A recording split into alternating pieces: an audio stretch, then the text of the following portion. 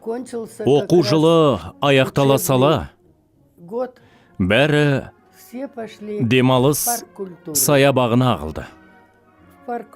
Саябақтағы кәдімгі қыдыру аласапыранға айналды. Музыка ойнап тұр, бәрі бар. Мектепте оқып жүрген 10-шы сынып оқушыларымыз. Бізде жиналып бардық. Музыка қатты ойнап тұрды. Кенет бәрі қатты да қалды.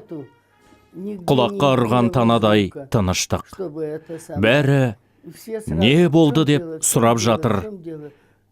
Ешкім ештеңе білмейді. Бәлкім 5 минут өтті ме, өтпеді ме, қанша уақыт өткенін білмейм. Левитанның даусы жаңғырды. Дабыл, Мәскеу хабарлайды. Сол жерде алаң бар, өздеріңіз де білесіздер. Бәріміз соған қарай ығыстық. Бір сәтте тыныштық бұзылып, қайтадан дабыл дейді. Дабыл деп үндеуін жариялайды. Дабыл, Мәскеу хабарлайды. Кеңес өкіметінің мәлімдемесі. Кеңес өкіметі азаматтары мен азаматшалары бүгін 22 маусым таңғы 4-те соғыс жарияламастан Германия әскері елімізге шабуыл жасады.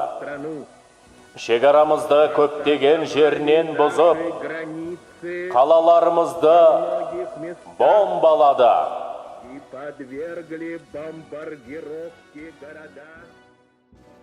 Соғыс басталды. Бәрі бірден аһ ұрды. Айғай шу, көз жасымен тынды да. Қыдыру аяқталып, үйіне тарасты. Оқу жылы аяқтала сала, бәрі демалыс саябағына ағылды. Саябақтағы кәдімгі қыдыру аласапыранға айналды. Музыка ойнап тұр, бәрі бар. Мектепте оқып жүрген 10-шы сынып оқушыларымыз. Бізде жиналып бардық. Музыка қатты ойнап тұрды. Кенет бәрі қатты да қалды. Құлаққа ұрған танадай тыныштық.